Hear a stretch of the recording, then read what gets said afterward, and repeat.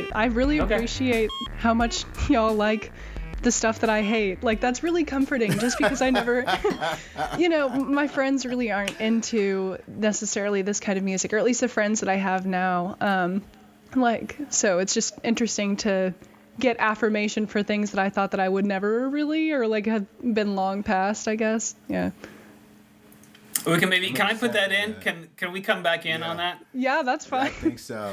Awesome. Welcome back to the Long Play listening party. Howie from Mr. Furious Records here, whole crew, Nate, Royce, and guest Faith Maddox.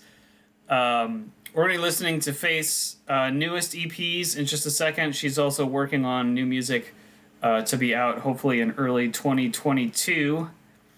But yeah, I mean, if there's one thing we can do, making artists feel good about their work is like number one with a bullet. Yeah, thank you. I appreciate that so much. Yeah.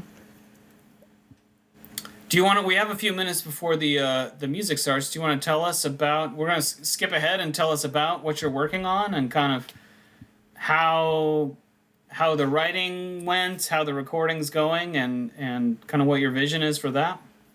Yeah, totally.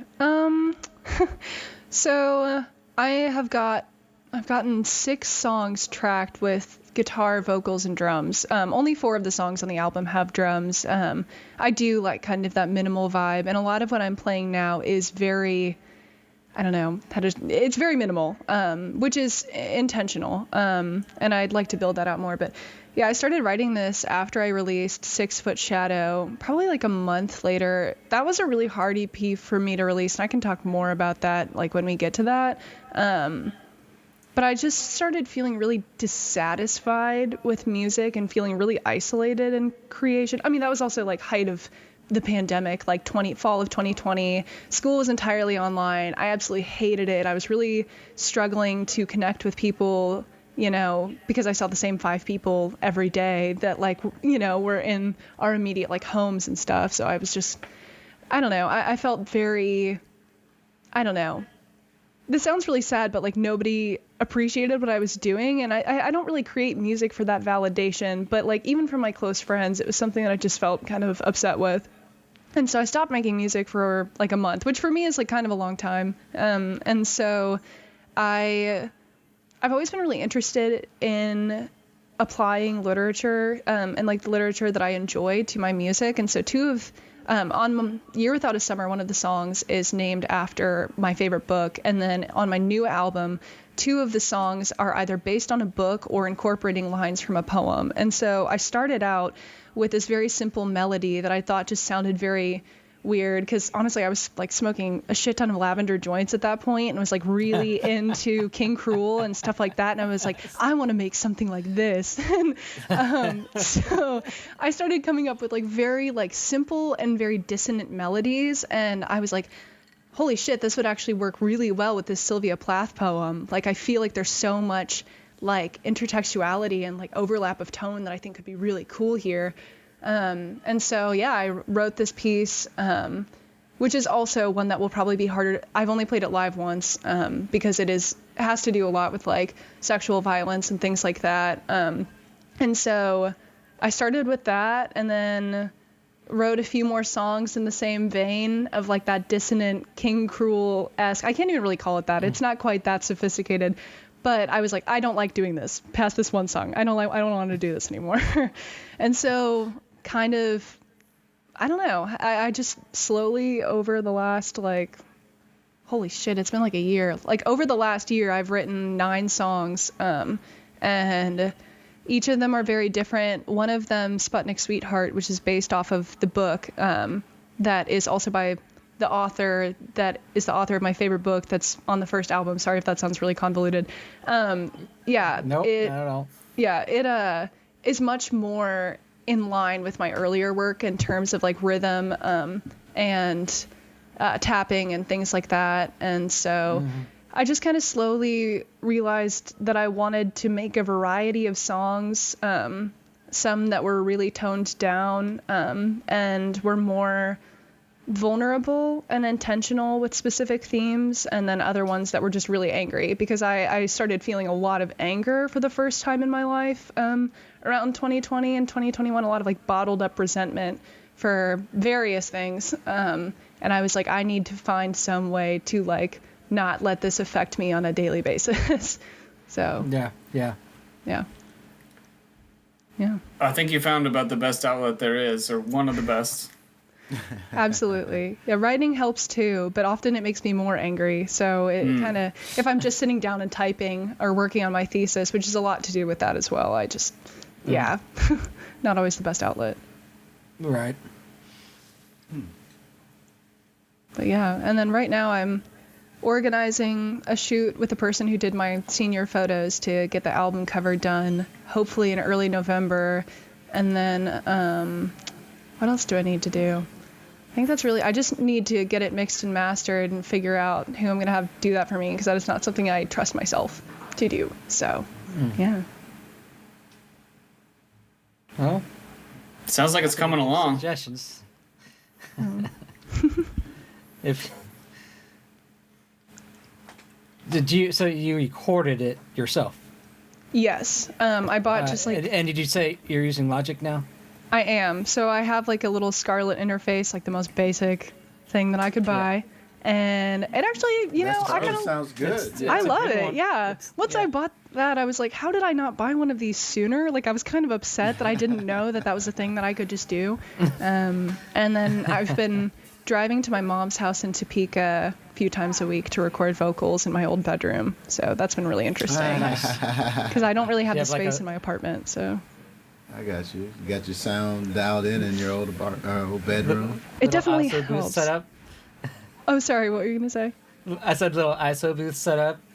Yeah, basically. It helps with the nostalgic elements of the album that I probably wouldn't be able to get into out of makes here. Sense. Yeah.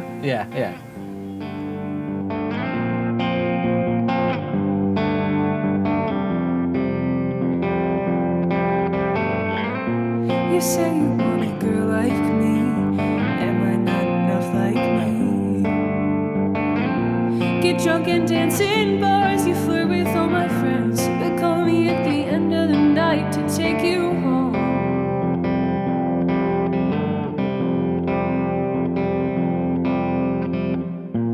You say you like strong women. Well, maybe I've just been feeling too tough. This is Double Whiskey Coke off of Year Without a Summer. Connecting back to Nate there. There we go. And Faith, you said this was, you did this one in a studio, right? Yes, I did. I recorded this with Riley at Kin Records. He had done sound for my show at the Rhino, and he just reached out to me and was like, hey, if you ever want to record something, let me know. And I was like, yeah, sure, sounds good. I've got like 4 songs. Want to do it? Well, I had 4 songs. I was going to record Twin Flame professionally, and then I wrote Norwegian Wooden Passing, and I was like, oh, I like this better, and I don't really want to deal with Twin Flame ever again. So, yeah. Worked out. And it's a recognizable sound. It's a great sound. It's a little, there's a little more extension, but it's still very much you. That minimalism thing. Definitely. No, the guitar stylistically, I definitely, can tell. But like you said, Howie, and you're saying there's just a little more extension to the ideas, and I really like the changes you're doing here. Thank you. Come crawling back to me at the end of the season. I won't wait out, drowning ivy in kerosene. Anything you gotta do to keep yourself clean. I didn't hear it until, sorry, I want to listen to this part.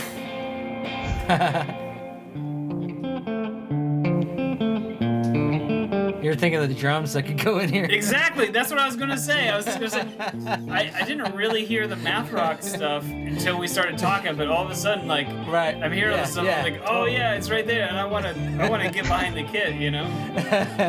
Yeah, I mean, honestly, like, I've wanted to add drums, and I'm excited to finally have drums from somebody that I trust on my new album, because I really liked what Riley did, but I felt like I couldn't convey a lot of what I wanted, and so with the person who's drumming on my new album, he's my partner's, like, high school friend, and, like, we're really close, and I trust him a lot, and I just sent him guitar tracks. I didn't even send him anything else, and I was like, here it is with a click, can you drum to this? And he came over with the stems a few weeks ago, and we, like, lined them up, and I started crying because I was like, you read my mind. Like, I've never been able to convey so much of what I wanted, and, like, my band experience. Where's he from? He's from Olathe. Yeah, just went to, I don't know a lot of, like, the music schools or programs in Kansas City, but was, like, a jazz drummer, and so also liked a lot of math rock in high school, so we just kind of speak the same musical language.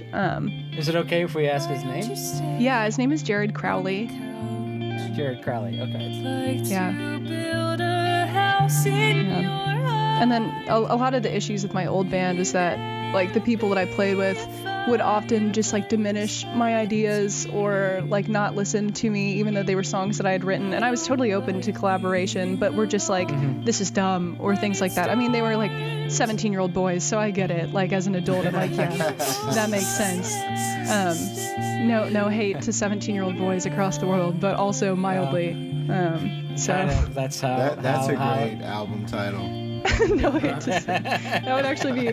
I think I have something on my notes list that's, like, vaguely similar to that. So. Yeah, I was about to say you should type that in. See what comes out of that. Yeah. I like that. Not many people make it past my doorstep. So leave your shoes on the rack and please tread lightly on my heart. Here's where I keep my favorite books. Please don't laugh when I tell you I write notes in the. I love that you've got a real knack for here's where I keep my favorite books. Please don't laugh. And it's like conversational. It's emotionally direct, but not so much in a diary sort of style. I guess it goes back to that reciprocity and that kind of mutual vulnerability. It feels like you're talking right in the ear. Thank you. That's definitely something I'm going for a lot more with my newer stuff as well. And Porch Light is, of all of my older stuff, the one that I think has aged the best besides my, like, demos, which I actually do still really like, from 6 Foot Shadow. But Porch Light is, like, lyrically the one that I think stands the test of time for myself, just because it isn't as, like, I'm 18 and I want attention and, like, I feel like I can't find love, you know, which is very, like, typical and I think a good subject matter, but I think Porch Light is still timely in a lot of ways for me personally. In case you're passing on a rainy day. Yeah, to all the 18-year-olds out there, definitely just go ahead and do write the songs about the angst and the ups and the downs, and just go ahead and write them. That's good stuff. You'll be glad that you did. Yeah. Definitely. It might be hard to listen to when you're 21, but you'll thank yourself every year still. Like, I would not have learned any of this stuff if I hadn't have made any of this. Loving red and green, can you hand me your code? I'm no good at bracing myself, and there's many words stuck in my throat. There's little harmonics on the right side. Riley did such a great job with that. I never would have thought to add harmonies to my stuff, and all of those were one takes pretty much, of me just, like, making different harmonies, because I was an alto and tenor in choir, and so I predominantly harmonized, so I really enjoyed doing that a lot. I love those harmonies. Thank you. So you're saying there's going to be versions of these songs with math rock drums. Potentially, if they will, maybe some of them will make it to the band stage. There are a few songs that I'm thinking about just bringing over to whatever project after releasing them, because I just want to get them done and released, but I would like them to, be performed in that manner. Well, if I can selfishly claim dibs on Porch Light to remix at some point, I would like to do that right now. Totally, yeah. Feel free, honestly. I think that'd be sick. Sweet. Yeah, I'd love to. Then drowning your apathy.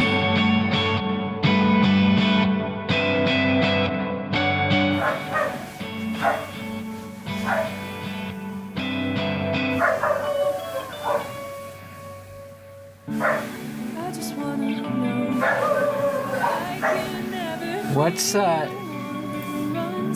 that a dog barking in the back? Oh, sorry. I think that's me in my open window. I was like, I don't think that's me. I was wondering if it was in the song, and I was I've got like, some wow. background noises, but not dogs. Yeah. Like, that was an interesting choice. I need to listen to the lyrics a little more.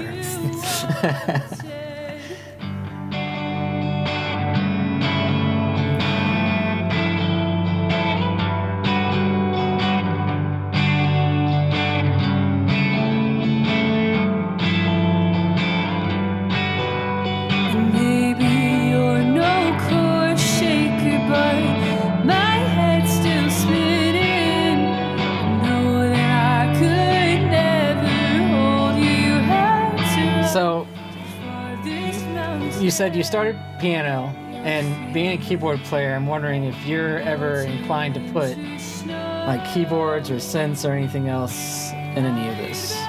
So, Because there's a lot of like harmonic and melodic possibilities with A lot of space.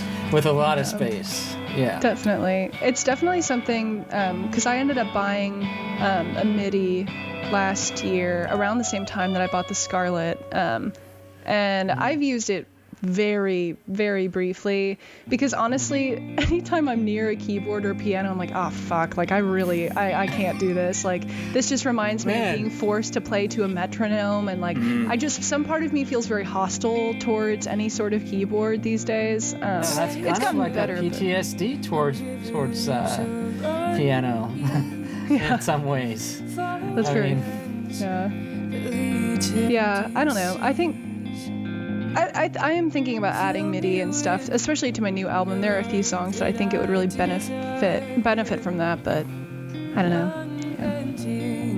Yeah. I get it. You don't write songs and record. It doesn't sound like to relive, those hours of practice, right? It's a totally different thing. You see the keyboard and you think, well, this isn't fun. Yeah. I know that disappoints my mother, but yeah. You got plenty of time. You gotta. yeah. Maybe you'll come back to it, maybe not, but you That's gotta what I go. was about to say. There's, that's kind of stuff maybe you might come back to in a fresh and what I'm looking for, unsoiled way. Yeah. I think it's in the cards at some point, Sure. It's gotten easier over the years. I mean, even now, like, my old pianos at my mom's house are like keyboard, and so if nobody is around and I know that she's not home and I'm there, like, for some reason, I will sometimes play. I've never confessed this before, just because, like, I do, like, there is a part of me that, like, feels very natural to me, but I also just have to get the metronome, like, like, what is it, ruler on the wrists, like, mindset out of my head. Yeah. Oh, that's strict. Yep. That was a beautiful vocal part just there. Thank you. In case you guys missed it.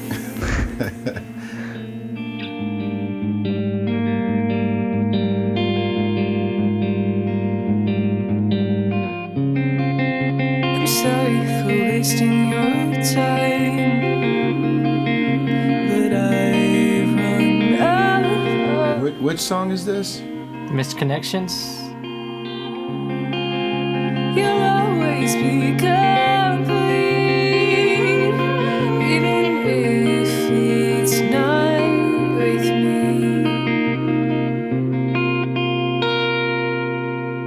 I really love where your vocals sitting in this recording. Like it just sounds perfect. Thank you. This is definitely one of my favorite tracks from that record as well. Just like vocally, the way that a lot of that stuff is layered. Yeah. What is this I'm hearing right here? Is that your vocal? I think so. Is that like a vocal just that? Can y'all hear that? Yeah. Yeah, it's almost like a slowed down cymbal or something. Is that it? A lot of stuff was done in like post. I don't know if that applies to music. If doing something in post, I'm around a lot of film majors, so I'm just used to saying that. So honestly, like some of the stuff, I don't even know. I'm like, oh, that sounds good. Thanks, Riley. And like I didn't think much beyond that. I just really trusted him with his expertise on this.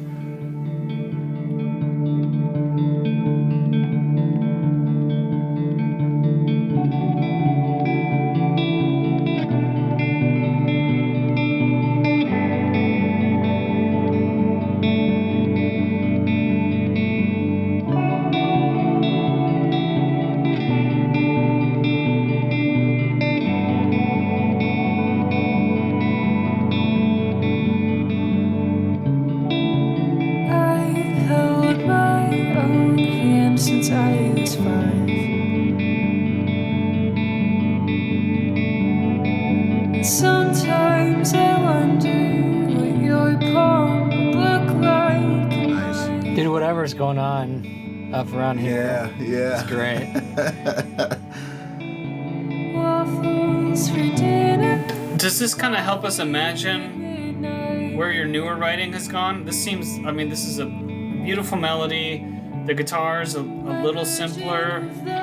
Does this kind of help give us a little picture of where you've been more recently? Yeah, I mean, yeah, honestly, I hadn't really thought about this. This is also one that I hadn't really listened to in a while, but yeah, definitely.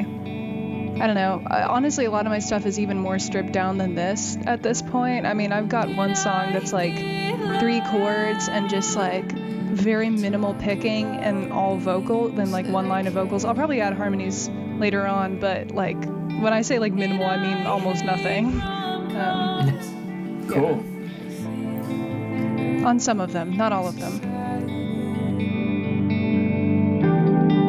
And I care too much for my own good. It tears me apart.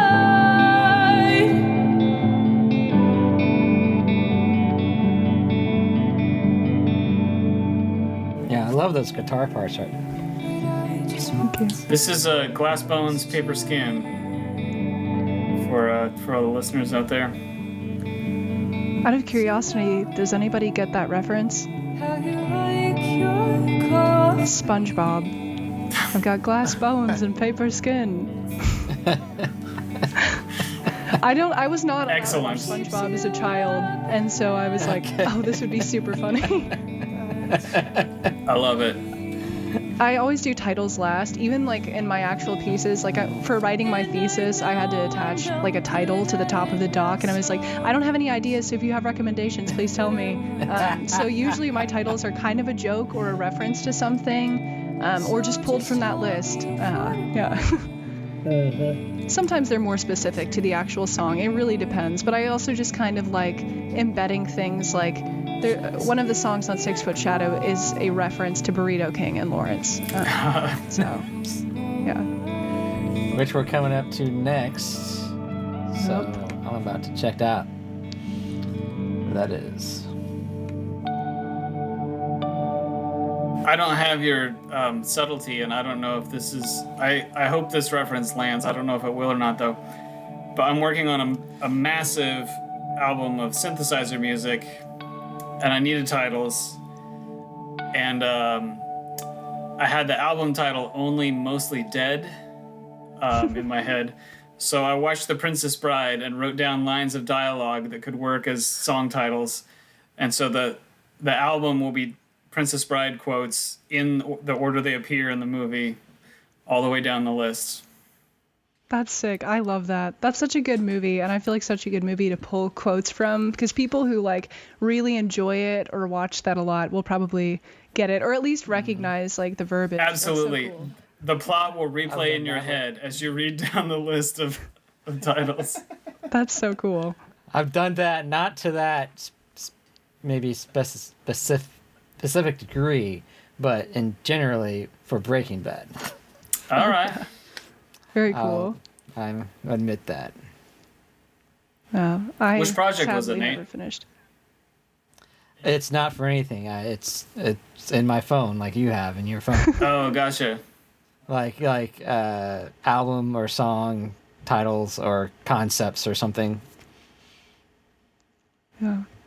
That would be really cool, like not even concept album, but just something to arrange, I guess. It'd be interesting. But yeah, maybe having it sequenced in that order would be interesting too. But this is the Burrito King reference song, is it? Yep, is it 9th in Illinois. Yes. They've got the only veggie chorizo soft taco in Lawrence, and maybe in the like regional area. I honestly haven't looked for them anywhere. I have never felt the need.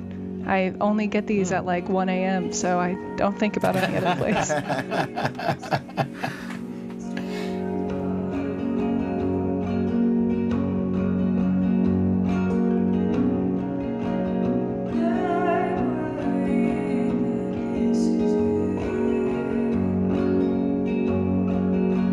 Well, I think we know what the catering for the album release party is going to be. Yeah. I hadn't thought of that, but that would be so cool. That would be That'd amazing. be pretty sick. I will say that their chips and guac is only good if you are not sober. That is the truth, unfortunately. But yeah. But yeah, and I can only have burritos when I'm not sober.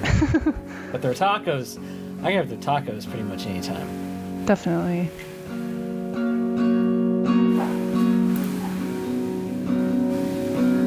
Burrito King can sponsor us if they want. Get at us, Burrito King. We'd be proud to talk about Burrito King on the long play. Faith, so we're back to you produced this and recorded this on your own, right? I did, yes. So what was that like for you? I mean, it's in Logic, and you just started using Logic, right? This one was done in GarageBand. Yeah. This was in GarageBand. Okay. Yeah. Same technique? Huh? The same recording technique? Pretty much. A little different. Or no, not with this one. This was like old school, like what I had done before, except with the mic that I'm using now. Set up to my amp, and this was recorded all with acoustic guitar. I have like a classical acoustic, and so the guitar parts were recorded in my bedroom. I used to live in this loft above Mass Street that was very old and very gross, but I recorded vocals in the kitchen, and it's all so echoey, and at the time, I actually do still like that, but the process for this was a lot different, whereas previously recording music, I'd been in a very small, confined space. Here, it was like quite the opposite. It was very echoey, and I really could not find a way around that, and...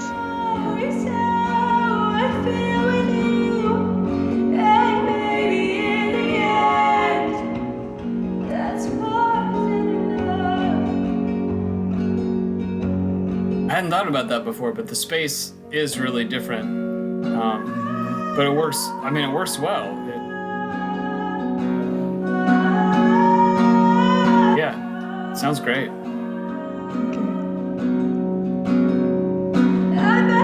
This one was really frustrating to record. This EP. I call them demos because I'm so, I don't know, because of how they were recorded. I guess I just can't equate it in my mind to anything official like I've done before, I guess. But I remember I think like half of my tracks got deleted after recording them initially, and so I had to start over. And there's like a Snapchat memory of me crying on the kitchen floor, being like, all of my tracks are gone, and I was so upset. But, yeah. Oh man, that's got to be the worst feeling. Yeah. My very first album, I made it on this rolling groove synth, and I went to save it to the card, and I hit the wrong button, and it started deleting all of my files. And the way it would delete is it would light up all of the buttons on it, and they would go out as your files got deleted. And you couldn't turn it off because it would destroy the machine. So you had to sit there and watch it. Oh my God. That's so much worse. That's awful.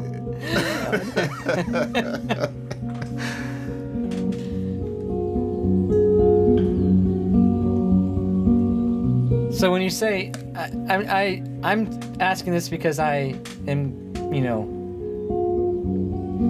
try my hand at the production thing. So like EQing or compressing, or were you doing that kind of stuff?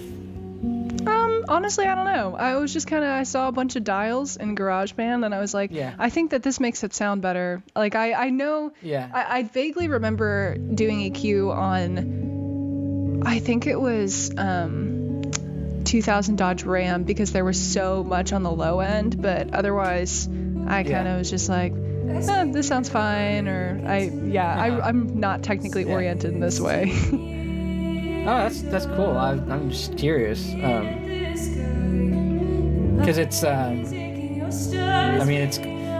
it's a different space, but it's got a different vibe, and it feels like it's an intentional vibe, and it doesn't sound like it's poorly recorded because it was poorly recorded. Does that make sense?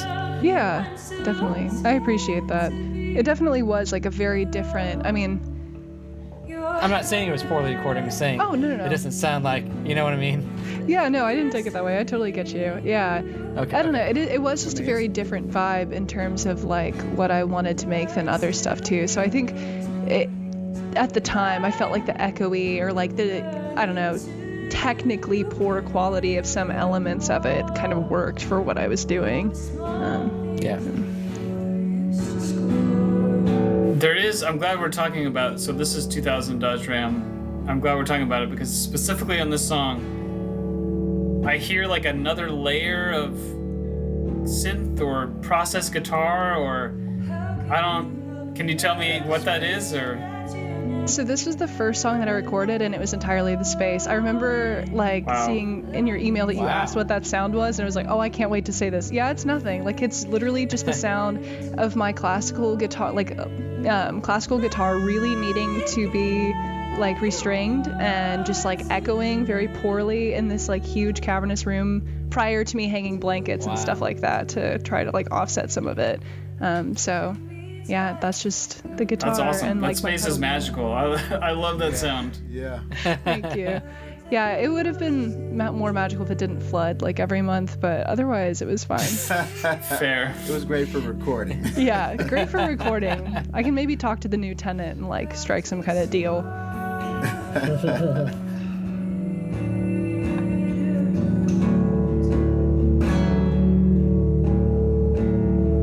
Yeah, let me know when it's dried out and I'll come and record. What's wild to me about that being a natural space is that the guitar is plenty present. Like there's plenty of the initial sound of it. It's clear. I can tell exactly what you're doing. But then that haze that's all around it. Yeah, that's wild.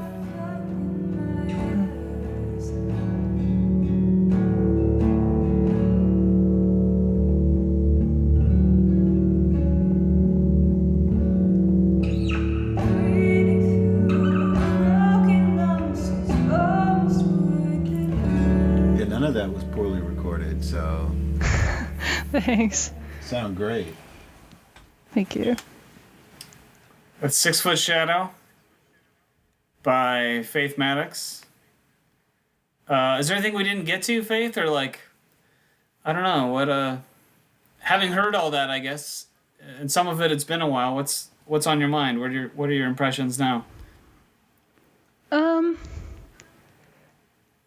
I'm a firm believer that like all of our past selves still exist, like in the moment that we're in. Like every part of us that's ever been and ever will be is like here with us now. And so it's kind of comforting to think that like the parts of me that felt compelled by creating those things like still exist within me, and that the parts of me that's learned more like can kind of converse with those to create something more in dialogue with each other, and something maybe more meaningful to things that I couldn't really express at that point.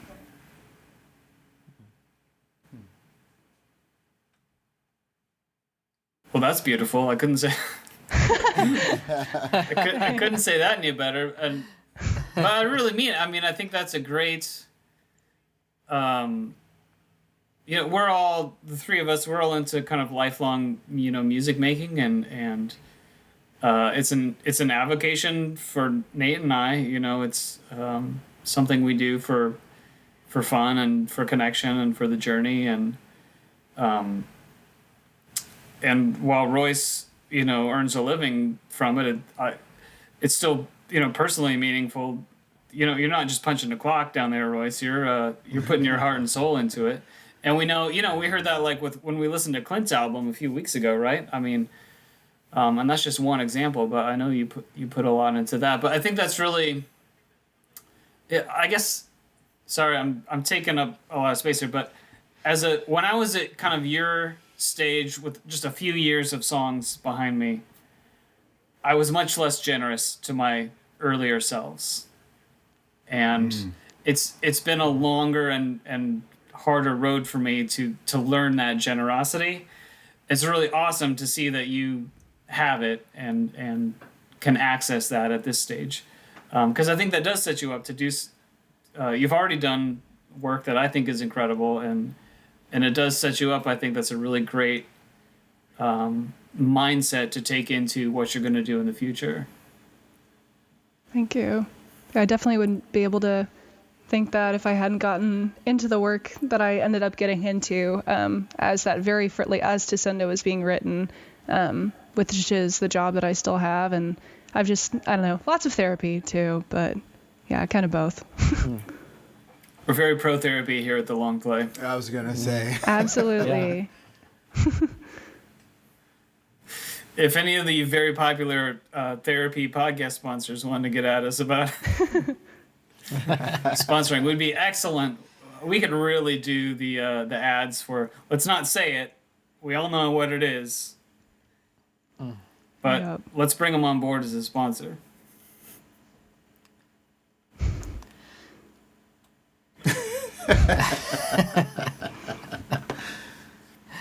This was a pleasure. I appreciate you sharing your music with us and talking to us about it. Yeah, of course. Yeah, to Howie's point,